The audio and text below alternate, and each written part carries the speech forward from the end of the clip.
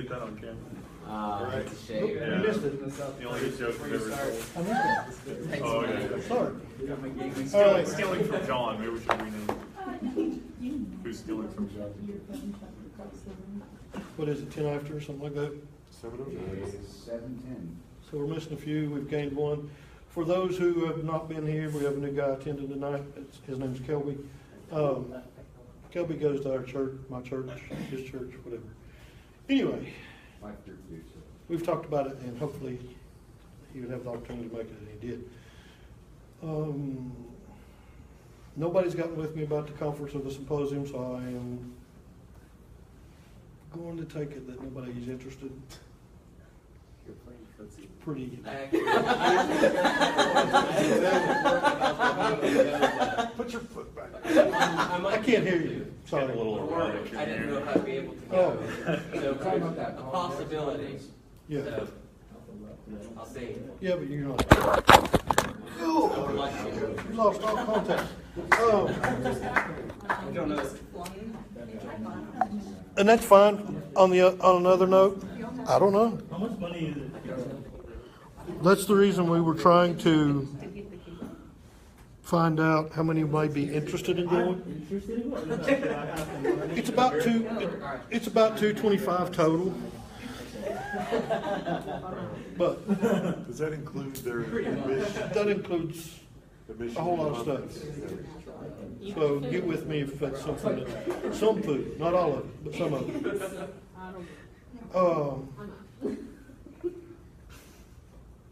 Tobin and the guy that's not here, our vice president, went to the SGA meeting, and we have been approved for the money for this semester. Woohoo.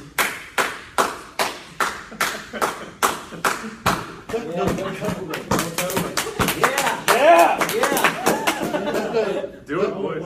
That does not necessarily mean we will get the money this semester, but if so, that will offset cost as far as going to the conference. What were the other things we were talking about? Conference, money. Oh, those who are new members, and some of them aren't here currently to hear this to do. We typically buy shirts for new members, and those that have continued to be here throughout this semester. We consider that you are committed at this point. What is this, 4 weeks in? Something like that. So if you want a shirt, you must text me, and I'll send it out to those that aren't here currently. Some of them got shirts last time, but I think that was an agreement we came to on if we had money, right? Hello.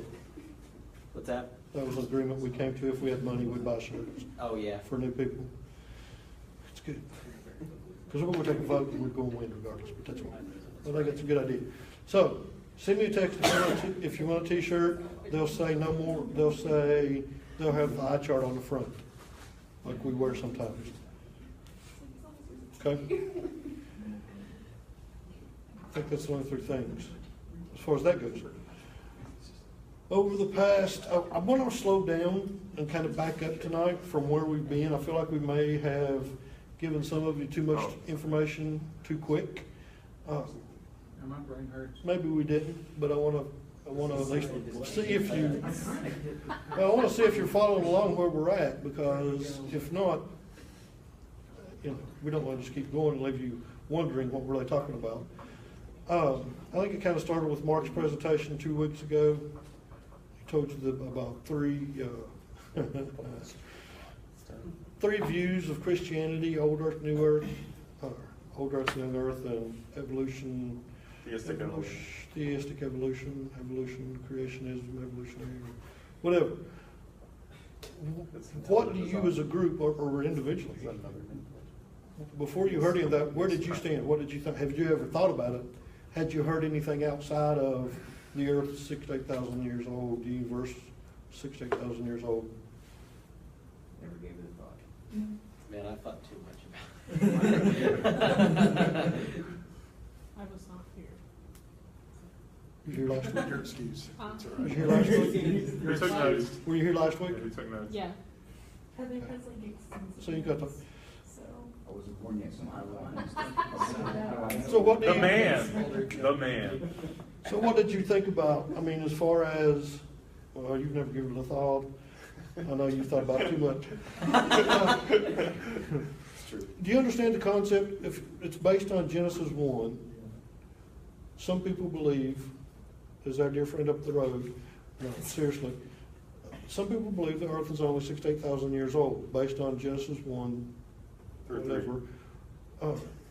It's literally 12-hour periods or 24-hour periods, 7 days, 6 days of creation, 1 day of rest. You've never heard anything outside of that? I haven't even heard that. Okay. Do you believe that?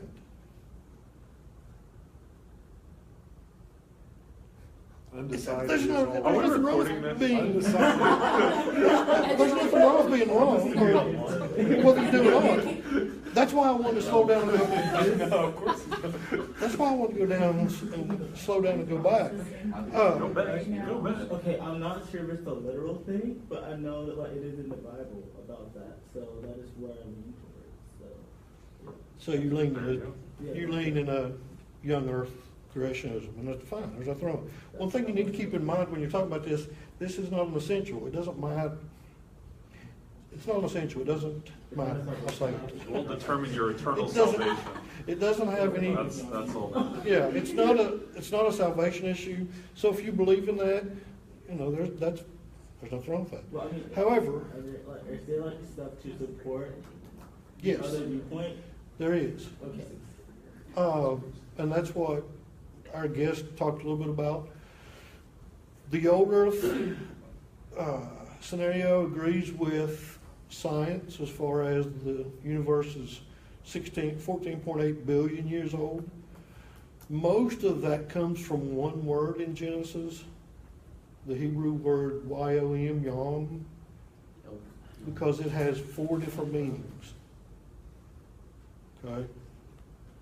So, based on that, you can take the scientific evidence and say, okay, if that word means a long period of time, which is one of the definitions, and then you look at how Genesis was written in the beginning, God created. It didn't say he created immediately. It didn't say, okay, in the beginning, he created immediately. From in the beginning to day one,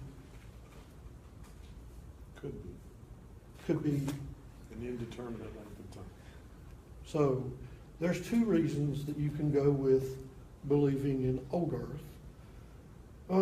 Third reason, there's 3 reasons. Theistic evolution believes that God created and pretty much kind of just step back. Let it progress. So you've got at least 3 views on that, on Genesis, and it really doesn't matter which one you believe as far as your salvation. Mark says he's old Earth 4 days, young Earth 3 days. I take a break on Sunday. On Sundays he rests, That's so the he's Sabbath, right? neither. But seriously, that's part of the whole story as far as creation goes. And some people will call you a heretic. They'll tell you that you're whatever, because young Earth is very popular in southern West Virginia. It's very popular in all other places. But young Earth goes with, it's flat out 6 24-hour days. Yeah, 24-hour days. 6 literal days, 24-hour period, and 1 day of rest. Except for the 7th day, in which God rested, and that day is continuing to now. Just don't let that stir things up. Yeah, because, and that's one of the things, because if you're looking at, well, there were 6 literal days, and then he rested on the 7th, and we're still in the 7th, then you kind of contradict yourself, but we don't, just for simplicity purposes, just stick with 6 days as young Earth, set a old Earth, if you want to go with what science says, and I'll use a famous quote by the guy that wrote the book I've laying there, science says nothing, scientists do. We'll talk a little bit more about that here in a minute. So young Earth and old Earth, that one's up to you to decide.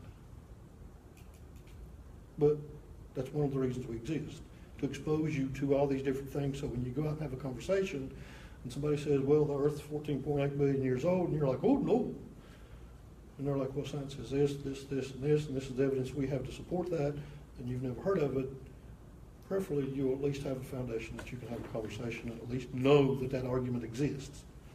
Will believing something besides that affect the reliability of the other gospel of the rest of the gospel that we want to believe in? I'm Were you sorry. here when I Will gave it- my talk? Will it let, no, Yeah, we discussed all that, so I'm gonna have to send you my PowerPoints. okay. It can, yes, that was the whole point of the talk. Will it have a bearing on the rest of what you It believe? will, Yes. it will, has a bearing on theology in different Like you ways. sharing it with someone else, so like, will that affect like how you present it and? I want to say to an extent, but not to the extreme that it's really going to affect the gospel itself. The gospel doesn't change, so Because Christianity death, burial, and depends- resurrection. Christianity depends on one thing, truth of the resurrection. People want to make the whole Genesis thing a primary issue, but it's a secondary issue. Theology rests on how you interpret Genesis, but not the truth. Like Paul says in 1 Corinthians 15, if the resurrection didn't happen, We're wasting time. we're wasting our time. Go get trashed, yeah. Go eat trash. For instance, like. That- Eat, drink, and be merry. If it so. exists, then we don't have original sin. Like, You have to accommodate other ways, and there's some, the more you study, there's typically the writings about that theistic evolution or evolutionary creationism, that is really high level, graduate level, and doctoral level writing. Typically, you're not gonna find you'll find, it depends your source though. If you go to Biologos or Biologos, their stuff is written for the layman, but most of the stuff on atonement, it's no lower than graduate level stuff. I mean, it's pretty sophisticated.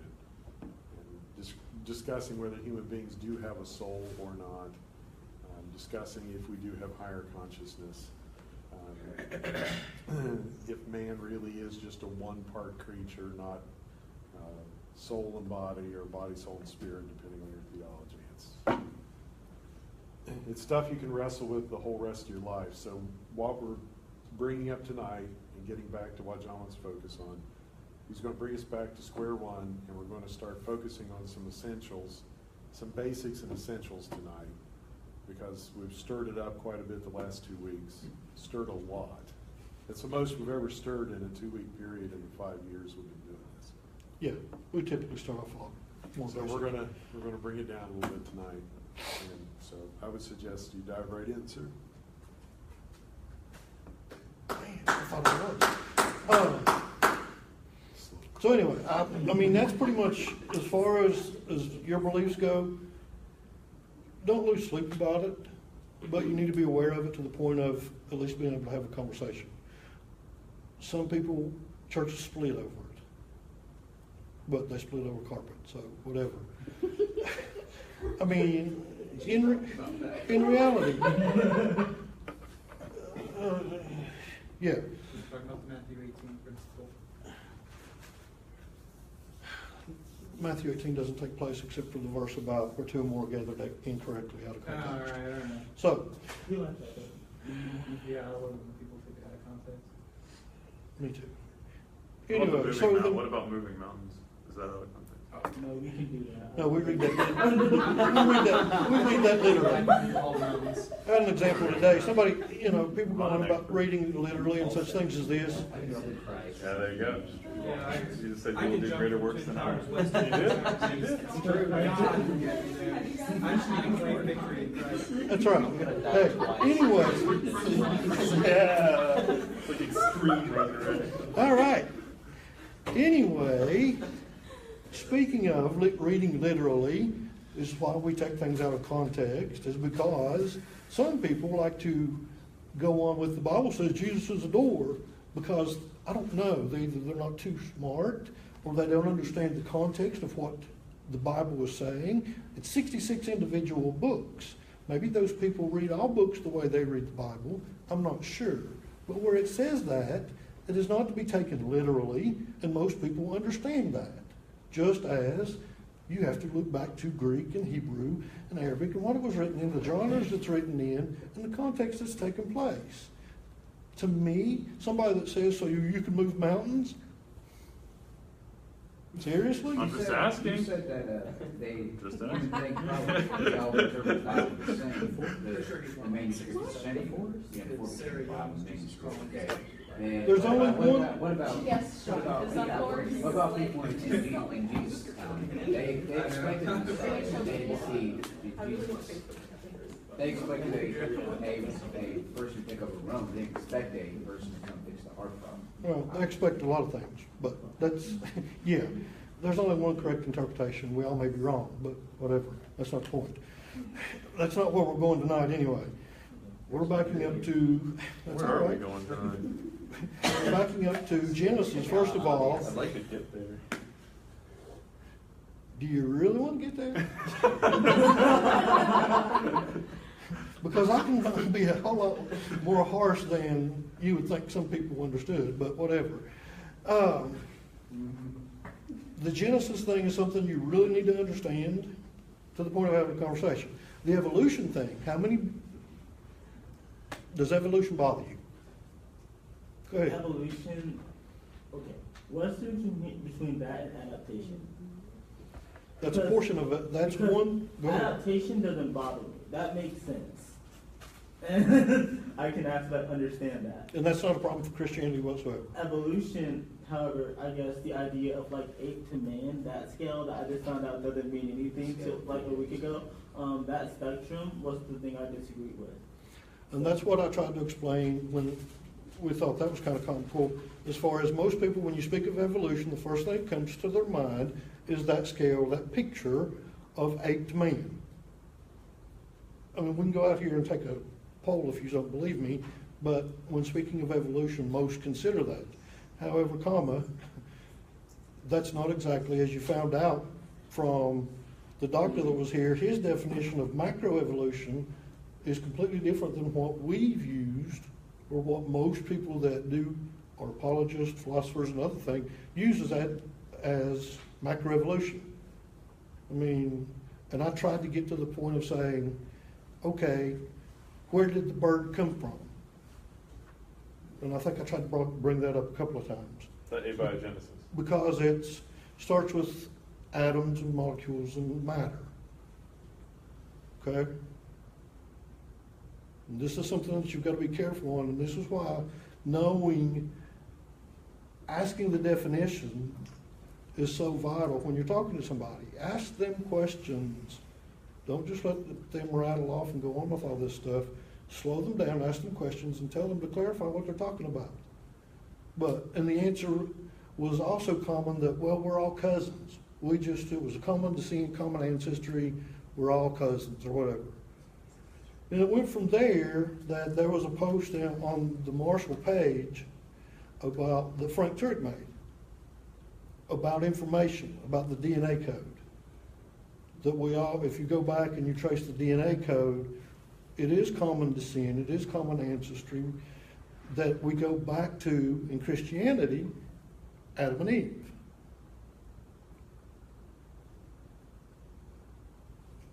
Right? Still with me? Okay.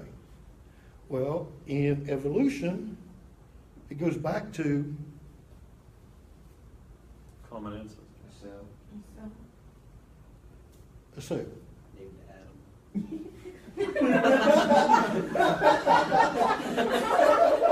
I don't think so. You are the weakest link. Goodbye. Just a cell named Adam. So, and I kept trying to, and you know me, as far as trying to explain things to people, because most people that I talk to are just like you folks, not all of you, but the majority of you, and this includes adults. When you talk to an adult about what do you believe about evolution, they're going to tell you they picture the ape chart. Do you believe in evolution? They're going to tell you no. They have no idea why. Have you ever heard of old Earth, young Earth? They're going to tell you no, and that's just going to be the end of it. So one of the reasons, being a teacher, speaker, whatever, you need to know your audience. Okay? So you need to know the level that you're talking to. There's two on this side that probably know more than I'll ever know, and that's okay. They're going to reach people that I'll never reach.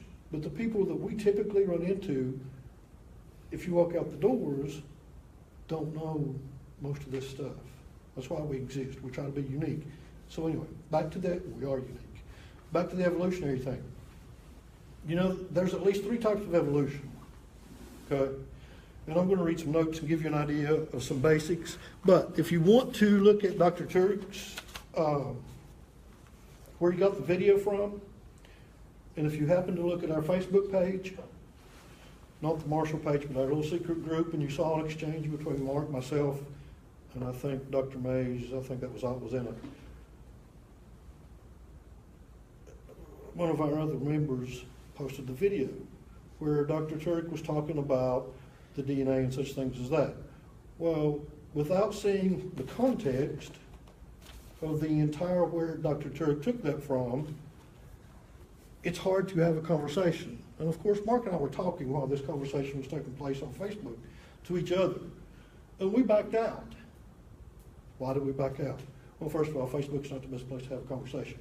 But the main reason we backed out is because Dr. Turek is quoting, I guess some people think that Christianity doesn't have anybody that's halfway intelligent. I mean, there's astrophysicists, there's chemists, there's mathematicians, we have, just as many people that are experts on the scientific side as there are on the other side. They may not believe in the creationism we believe in, but when it goes back to the evolutionary process, they know just as much as the expert on the other side. That's why I said earlier, science says nothing, science does do. It's all in the interpretation. And that's just like you come to Scripture. I read a Scripture, you do a Scripture, well, I read a Scripture, we all say it means different things. It can't. It does not. It means one thing. But, anyway, questions, answers, comments? The question that the 3 of us were discussing, just so you know, comes the matter of DNA as information. So the question arises, well, what type of information is it? Because typically when you hear the word information, that requires, back to communications class, you have a sender and a receiver. But in the case of biologically derived information, is it information in the classical sense? What is the sense of what level of information? Is it information the way we speak to each other, or we text to each other, or is it a different type of information? And I asked Dr. Mays if it was a philosophical question, what type of information that was, and he just gave me one word answer. He said no. That was just it. For him, it's not a matter of philosophy. And you have to understand, we're not here to bash him by any stretch of the imagination. We respect his position. We don't agree with his position. On what exactly? Do you know? DNA is information. DNA is information. What If we is- go back to what a type cell, of information? if we originated from a cell, then one person that I will quote states that if that's all we are, if we're just mindless matter, then why would you trust your own mind? Mind over matter. That's right. I mean, if you go back through and we came from, seriously, you think about it. As far as Christianity goes, it says, in the beginning God created, and we're created in the image of God. Okay, that makes us all distinct individuals, and that makes us all with something in common. We're created in the image of God. If we are not created in the image of God, that we just came from common ancestry, common descent, a cell, we're not equal. And our DNAs will show that. We are not the same. Well, what are you talking about? I'm talking about if we came from a cell and we're just mindless matter, that all we're made up of is atoms, molecules, matter, Uh-huh. then why should we trust our own mind? Why should you trust your own mind? I don't think you'd have much of a choice. It's all random. If this all happened randomly, according to an evolutionary model, then why should we trust our randomness of our mind, that it's correct? I mean, natural selection isn't random. Mutation is random, right? Do you see what I'm saying? But the things that are selected aren't random. All right, so let me get a quick Let me run through this real fast. You Okay. can have all the time you want. Okay. Allegedly, science shows there is no need to postulate a God. Ancients used to think that you needed to appeal to a deity to explain phenomena in the world. Now science can explain naturalistic terms alone. That is false. They cannot. There's a lot of things. Once upon a time, Dr. Craig debated, I lose his name, but he accused Dr. Craig of not being able to name something that science couldn't explain. Christopher Hitchens. No. Peter Atkins. That would be him. And the guy said, name one. Dr. Craig said, I'll name five. The first being math, the second being the laws of logic. And I didn't need to listen past that, but those are the first two. So what is there to say to that? See, this is the part that really confuses me, and I admit I get confused because I think it's, on my side, a huge stretch to go from, I believe this based on science, when the science is based on math and science is based on the laws of logic, but where did those come from?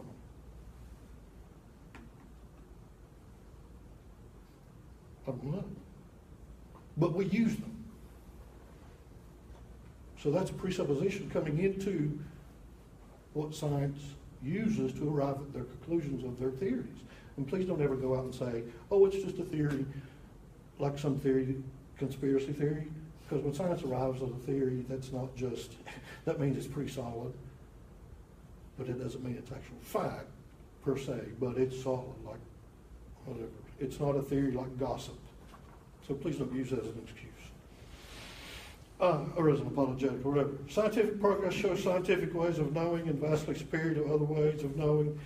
We've made much progress in science over the past 300 years. Methodology that uses mathematical empiricism. Compared with the arts, theology, and humanities, there's a vast difference in rate of progress. And I'll stop as we go through here at times to try to help you. Alternative ways of knowing are vastly inferior to scientific ways, and these are all beliefs of people that are on the science side. This is an introduction to a lecture. This is an outline to a lecture that I've listened to, and I'm trying to give you a foundation of where we're going here. Specific biblical texts, if taken literally, have been shown by science to be false. Okay. That doesn't affect whether God exists or does not. Doesn't matter. Even if, and as the outline says, even if this is true, what follows, not that there is no God, has no bearing on the subject whatsoever. Not that Christianity is not true, has no bearing on it whatsoever. That goes back to, again, knowing, deciding whether you believe in young earth or old earth, or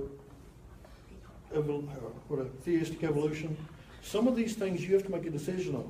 Just like Calvinism, Arminianism, Molinism, you know, they all may be wrong, but you have to come, that's part of why we exist, is to help you understand how to build your foundation. You see that? Because you have to have a foundation somewhere. Go ahead. Okay, you said we have to have a foundation somewhere. So like even for like evolution or people science who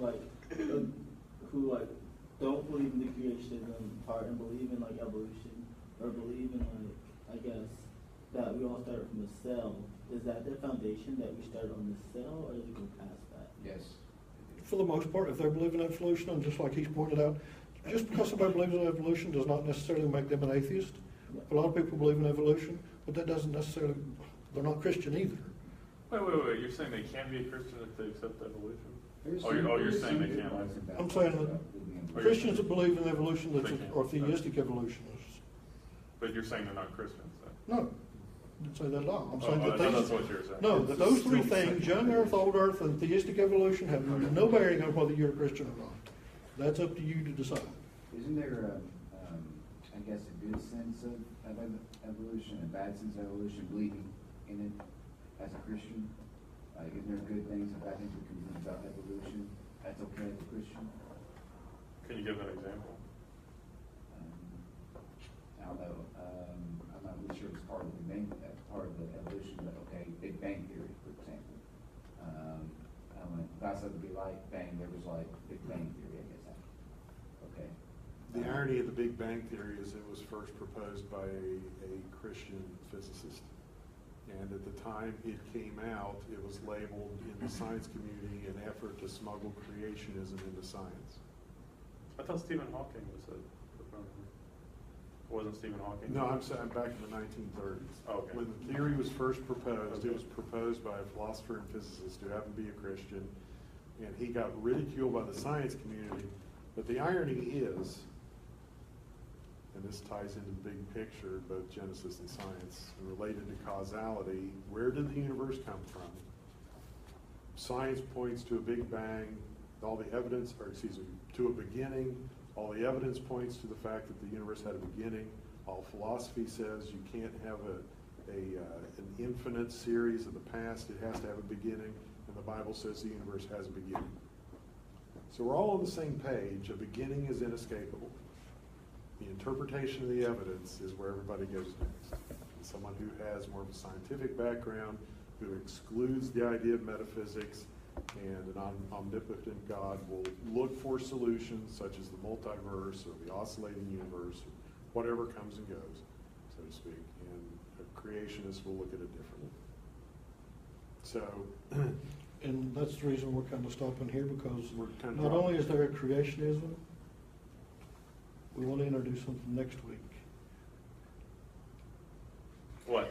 to you that goes along these same lines. So, real quick, scientism, strong and weak versions. Strong, something could be known if and only if that thing scientifically is testable. Is scientifically testable. It's a strong version of scientism. Only scientific knowledge is possible. That's what people believe. That is strong scientism. The weak side, there may be a few examples of non-scientific knowledge that cannot be tested by science. There's a lot of things that cannot be tested by science. That's not the point.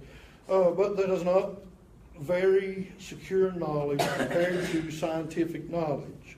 Here's the replies to those type comments or those type statements. The strong version is self-refuting. It makes itself false. Because it can't be scientifically proven. Next. Someone's been shown Yeah. up. But not everybody knows it. So if somebody says the only time I only believe something if it can be tested, is proved by science or tested by science or whatever, can you prove that by science or test that by science, blah, blah. See how that works? Self-refuting. Simplistic. No sentence long with 3 words. There are no truths.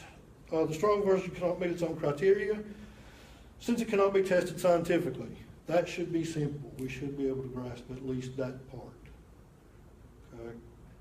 Both versions fail to allow for the asserting and defending of the presuppositions of science. Science uses several assumptions. There is no external orderly world that exists independently of our theories about it. Wait, science makes that claim? No. It's a presupposition they use. They use the presupposition that there is an external world? Science uses several assumptions. What can you repeat that one again? Maybe. There is an external orderly world that exists independently of our theories about it. Okay. Sure. I thought you said there isn't. Of course not. We can have knowledge of that world. This isn't clarifying anything, is it? keep going now. It's a philosophy called realism. Sure, keep going. Language is capable of referring to objects in that world. These are assumptions you have to have in order to communicate Yes. truths about the world. So, There's a funny one though, because some people would argue that language is our minds making sense. that's where continental philosophy comes in. Yeah, and then you have to talk about whether we have a mind, You talk about and language. brains, and you start getting. So, Let's get into that argument. Keep going, You're keep right. going. This is a We're good clarifying. time. This is a We're good time to do clarifying that. Genesis right now. keep going. Lots of intellectuals deny these. Science cannot prove these presuppositions by science. Theology and philosophy do provide them. Theology and philosophy do provide answers because we look at everything supernatural and not. Wait. Science. Another- Wait. Science is a philosophy. No, science is a Yeah. form of philosophy. You wouldn't say that it is? Another It has a assumption. philosophy. Well, There are various philosophies. Yeah. Another assumption, the reliability of our cognitive and sensory faculties. Evolution is a blind, mindless process in which those mutations that confer reproductive advantage enable organisms to survive. I don't know if I use the word blind, but okay. Keep going. Okay. Are you grasping the other side? I mean, because last week it was given, What you were it was making given was as this is, mutations are random, but the choice to keep certain The mutations selection. isn't, yeah. Isn't. we're talking, they, but we'll go there. Last week we had a guest that tried to show you how evolution is, for lack of better terms, fact. And we're the dummies. He never said that. That was Adam that said. Oh, yeah. Adam says that all the time. Anyway, but this is, real quick, you know why evolution is taught in schools? I think I've told you this before. Versus creation science. First of all, most people don't say creation is a science, but in reality it is. But do you know why evolution is taught versus creationism, or the one we'll go into next week? We have the separation of church and state, is that why? There was a trial in 1984 in Arkansas. Oh, yeah, the Scopes? monkey trial. Did you ever see that movie? Yeah, that thing was like. Yeah, Do did you you ever see know? that movie? Do you know that the atheist? It's good. You should see Do you know that the atheist expert that testified against creation science lied? Oh, did he? That wasn't in the movie, John. I mean, not that, you know, not that that's morally wrong for his position. Oh, here But- we He go. also Here we taught- go. He also Here taught we- PE and was a substitute The low teacher blows, that may or may Joel. not have even taught evolution. This Coach Monkey trial was in the 20s. He's talking Oh, okay. Yeah, I'm talking about a trial, a recent, 1984. So which one was that? Which one was that? Which one was that, John? Which trial were we talking about? Arkansas The versus monkey trial was a sham. somebody. But the atheist was, Did yeah, you see the whatever. movie? Anyway, all right, here we go. The black box. Evolution does not care what's inside the organism. Okay. Sensory inputs produce behavioral outputs. Feeding, reproducing, fighting, and fleeing. I'm so glad that you're nodding. In order to survive. Makes sense. Right. What happens inside the box does not matter, including the accuracy of sensations or the truth of beliefs. It doesn't matter if what you believe is true or not. And some people live that way now. I mean, it doesn't matter to them. If science is to have claims of truth and rationality, it must assume the reliability of our cognitive and sensory faculties.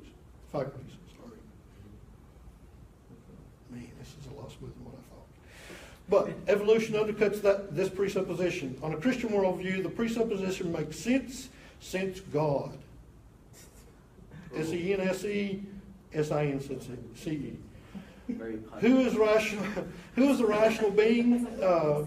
Gave us reliable faculties to accurately convey information. Information is what we go back to. If you look at our Facebook page, our little secret page that Dr. Turk's talking about, information is transmitted. It's not a random. Okay. So, scientism does not allow for the justification of its own principles. Some things outside of science can be known. We know this, right? Okay, indeed, some can be known with more certainty than science knowledge, mathematical knowledge. 2 + 2 is 4 forever, ever and everywhere, blah, blah, blah. Scientific, mathematical knowledge, logical propositions, which science presupposes. Again, we're basing this off of. Well, let's unpack that a little bit. Okay, go ahead. Right. For example, math. Do you have any math majors in here? Really? No math. What did he say? How am I going to make that doesn't count? There's a reason. It is. Well, That sounds to you guys different. no. It's like Think about it for a minute. Stop. Math, math is a series of truths that are established purely by human reason and are not empirically provable by science. So when people say, all I can know are truths established by science, well, now wait a minute. The entire field of math is the product of human reason. And in order to argue for science to be something established, it rests on the truths of logic. And the truths of logic are not empirically testable. So that's what his discussion is centering on here. There are certain assumptions all people make. Before we do anything else, even in communication, that there are certain assumptions we have to make that are not empirically testable by science. I have a friend who goes so far to frequently state on his Facebook, "Science is my God." and Even Adam's laughing but at that. well, unfortunately, he isn't skilled enough, and I don't mean this in a derogatory way, he isn't skilled enough to see the problems with that statement. Because, and that's what John is referring to here about scientism. Scientism is the idea is the only truth we can know is from science. In an effort to argue that statement, they have to use the laws of logic, which are not empirically verifiable. And so there's all sorts of assumptions we make before we can even bring science or theology or philosophy to the table, that when it comes down to it, all these things rest on certain assumptions we make that we just accept as true. And they're sometimes referred to as a priori assumptions or presuppositions or whatever you want to call them, but we take them for granted, but we can't prove them true by science. Okay, but so I agree with everything you just said. I mean, I agree that all people have to rely on these, we could call foundational truths or self-evident truths or however you want to refer to them. Where are you going with this? Like, I'm trying to understand where you're going. We're simply giving the other side to That's evolution versus creationism. Yes, I wanted to drop this anchor here for just a moment to help clarify where he's going. I mean, because I guess what I'm trying to say is, like, I'm trying to understand what you're saying. I agree with you that these are these foundational truths, the truths of logic and the truth of math and reasoning and the law of non-contradiction, all these things, and that science does rely on them. I mean, I would never argue that. I just don't see how any of that is proof for God. I mean, I don't really see where you're We're not trying to establish a proof for we're God not. whatsoever. Okay. We're trying to just looking establish. at errors in thinking that you will encounter. Oh, yeah. Okay. Where people make these broad statements without ever thinking about them. That's why we're really starting foundationally tonight. Because typically, the accepted belief system is evolution, unless you're professing follower. Most professing followers. The belief system misunderstands what it is. What is it? It's a set of scientific understanding of how biological diversity arises From what? from ancestors.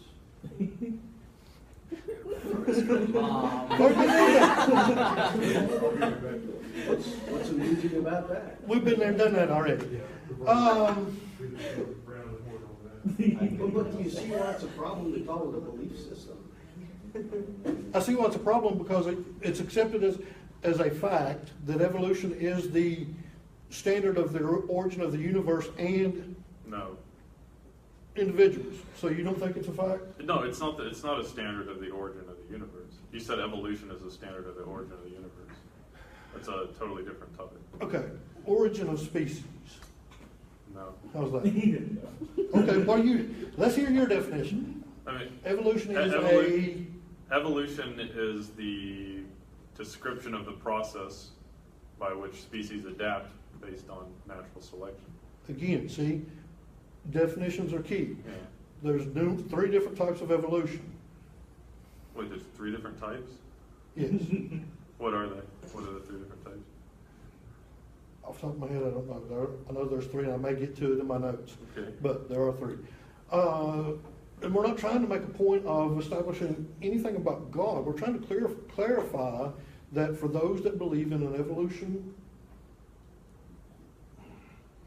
as a Methodology. whatever. Those who, let's just leave it at this. Those who believe in evolution versus creationism, that's probably the growing majority at this point. There's those that believe in evolution. And it's because, like we talked about earlier, we don't know. And that's something that you've got to come to, and that's what we're trying to establish, is that just because some experts, not all, say that science is the only way they understand or believe. Well, we've shown science cannot exist, first of all, without all this other stuff. And they agree. Yeah, I They agree. all agree with this. They all, being scientists, know this going in. That is a long turn. Philosophy, of course. Postmodernism. Yeah. How many pictures are there in this room? How do we determine that those are pictures? Here's what, no, yeah, we're not going, that's like having, that's like saying, how do we know we're having this conversation?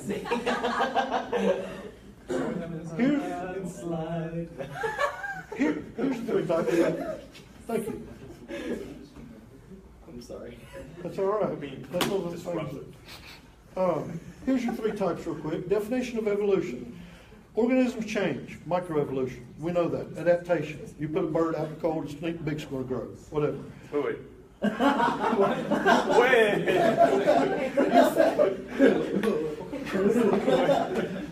I gotta watch you close, John. The happy finch example. Definition of evolution. Organisms change, microevolution. We all agree with that. It has no bearing on Christianity. We touched on that briefly earlier. Hallelujah. Thesis of common descent. This does not necessarily rule out God. If you're looking at common descent, does not necessarily rule out God, since one could appeal to theistic evolution. Theistic evolution has no bearing on your salvation. What is theistic evolution? God created it and it kind of took place. Okay. So I have a question. I'm sorry. No, that's why we're going back You to said this. that like besides the idea, you said that like evolution does not give like an origin of creation or origin how things came to be. Right. So Well- if that okay. So if that is true, that there is no origin how everything began, then how That's a different field of study. I don't know, so how is evolution then reliable? Okay, so we talked, were you here last week? Yes. Okay, we talked about this a little last week. And the point was that even without knowing the origins of something, you can still observe it, right? Yeah. So for example, if you were a mechanic, right, and someone were to present you a car, you may not know, for example, who made the car or how it came to be. You could argue that there was, a designer, right? You could say, oh, someone must have designed the car or whatever. You could make a lot of assumptions about how the car came into being. But insofar as your ability to study the car, go into the car, open up the hood, look at the engine, look at how it works, look at all the components and see how it's structured and how it functions and the thermodynamics that are necessary to make it run, all those things. You wouldn't need to know where it came from, right? Like you wouldn't have to know the origin of the vehicle or the metals or the combustion or anything like that. And I think that's what evolution, the biologists don't know where the universe began or how life began. That's not, for the most part, that's not even their area of expertise. And one of the problems is that science is such a massive undertaking, and there's all these different fields, and nobody can be an expert in every field. Do you see what I'm saying? Yeah. Like you couldn't be a cosmologist and a physicist and a biologist, there's just dozens of different fields, and there's no way you can be an expert in. And so, like Dr. Mays is only an expert in one field. And so that's part of the problem with things. But I'm perfectly willing to admit we don't know where life came from. Science doesn't know how life began. They don't claim to know. So if I may piggyback on what he's saying, to bring it back to him, right? If you're looking at origins, you look at what sorts of data or evidences there are, and you make logical inferences. You have to make a best guess on what is before you. And in science, this best guess can be changed in the future, right? It could be repudiated, it can be confirmed, but it's always, science does this, scientists make inferences, and so do theologians and philosophers make inferences as well. So look at the data, and based upon your expertise, you say, this is what I believed has happened. And so you have this set of inferences, so we're actually arguing inferences, what we see other people saying about certain data sets. And it all comes down to, how do you interpret this data or this evidence before you? So let me throw it back to him, so we can move along here. Yeah, because we need to finish. So we get finished. So the whole idea behind the whole point goes back to Genesis. Okay? But let's stick with one thing at a time. Definition of evolution. Organisms change. Microevolution. We all agree with that. Thesis of common descent. This does not necessarily, the thesis of common descent, does not necessarily rule out God, since one could appeal to theistic evolution, which is God uses the process of evolution. Okay? All right. The third one, and I'm curious to see how many people have heard of this, the blind watchmaker thesis. What? What is that? What is that? I don't know if I've heard of that. It's a blind what now? I The mean, blind watchmaker Richard thesis. Dawkins made a book called The Blind Watchmaker. Yeah. The blind watchmaker thesis about mindless processes that drive evolution. This is the problem for Christianity. That's the only evolutionary problem that is created for Christianity, for God. Why is that a problem? Because it's randomness, just blindness, poof, it happened, and here we go. That's the blind watchmaker. So the random part is what's a problem. I mean, I'm trying to understand. That's, yeah, to keep it simple, yes. So there's not supposed to be randomness in Christianity? It goes back to, It really goes back to I was causation. going to say, it goes back to information. It goes back to causation. What caused this randomness, or how did this there couldn't be causation if it's random. It just happened.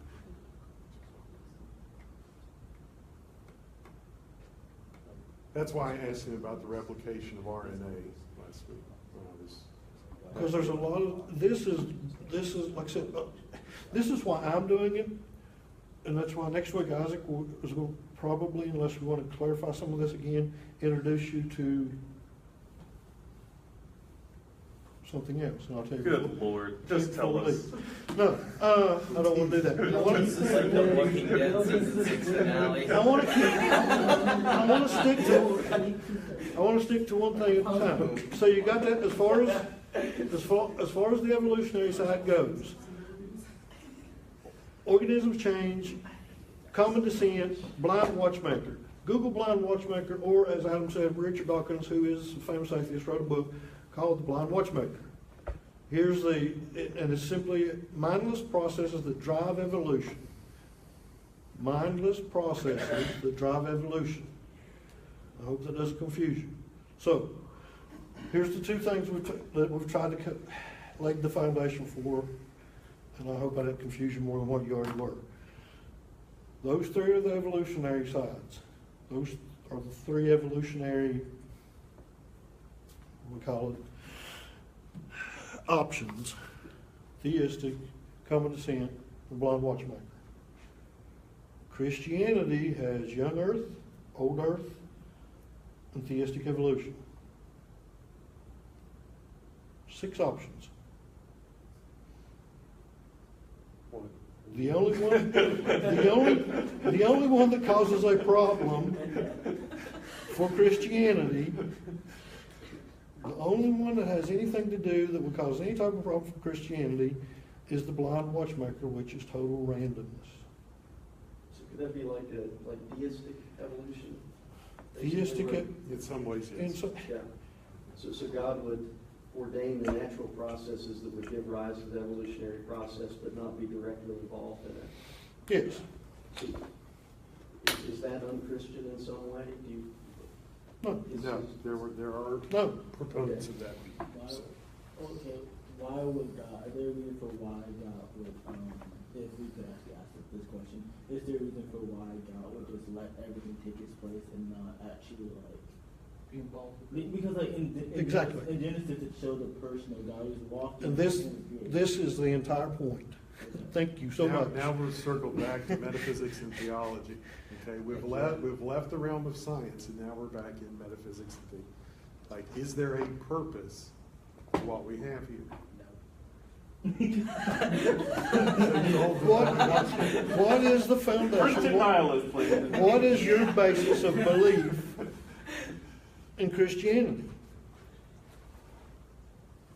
Feels good. No, not you specifically, but in the beginning, if you're looking at the Bible, in the first verse, in the beginning, God created. Okay, if that's, you're going with that as the foundation of your worldview, whether it's 6 days and a day of rest, whether it's millions of years, or whether it's theistic evolution. Or instantaneous, as Augustine believed. Oh, So, boy, yeah, I stirring mean, the pot a little the bit question, more. the question comes up is, why would I believe in theistic evolution? I don't know. Why would you? I don't. Some people do. Some people believe in evolution. They feel like the evidence for evolution is stronger than in the beginning. That's all there is to it. That's not all there is to it, but in layman's terms, if you feel evolution carries a stronger evidence than what the Bible does, then you have to resolve that conflict within yourself. Don't just, and that's why apologetics exists, is because don't just go by what your mom and dad tell you, don't just go because what your preacher said, or whatever. There's evidence and reason. Christianity is not just blind, I picked up a book and said, well, the book says. Well, but you have to also look at the scientific side. Scientific is not just, well, science says so, so I believe it. Okay.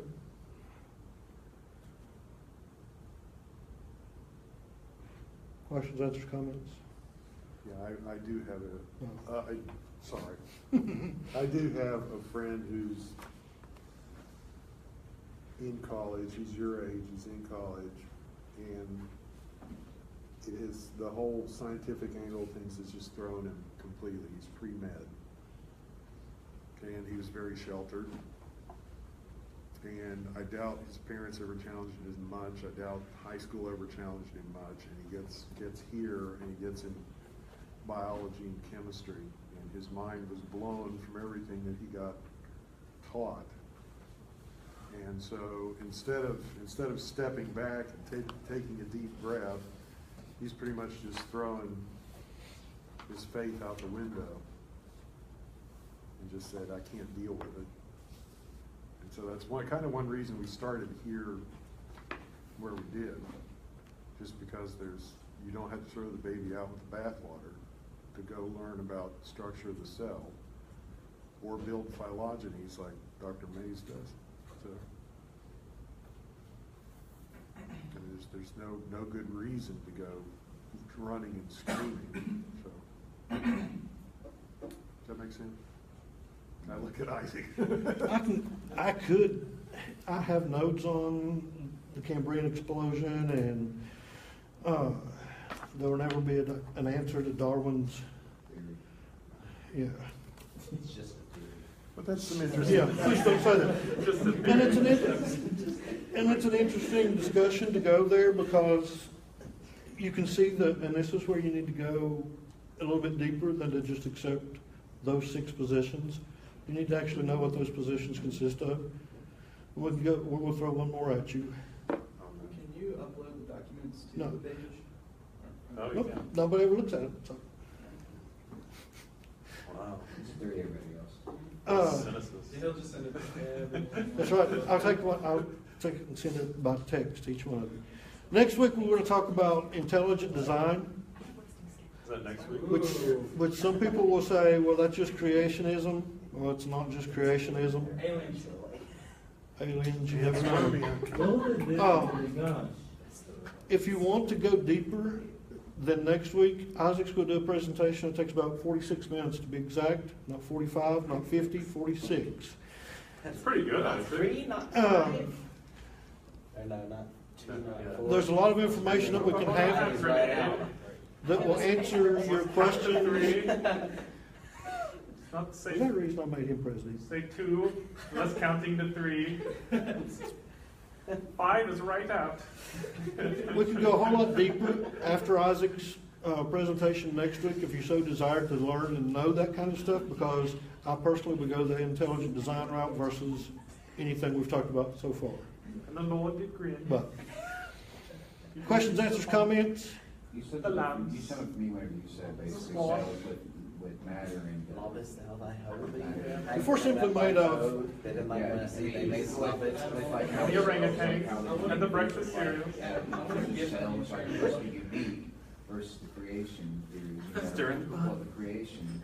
If we're not created in the image of God, we're just a clump of cells that has evolved to the point we are now, which means there's no such thing as rights and there's no such thing as, Here we go.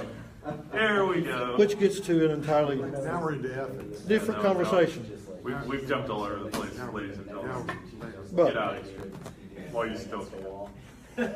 Just leave.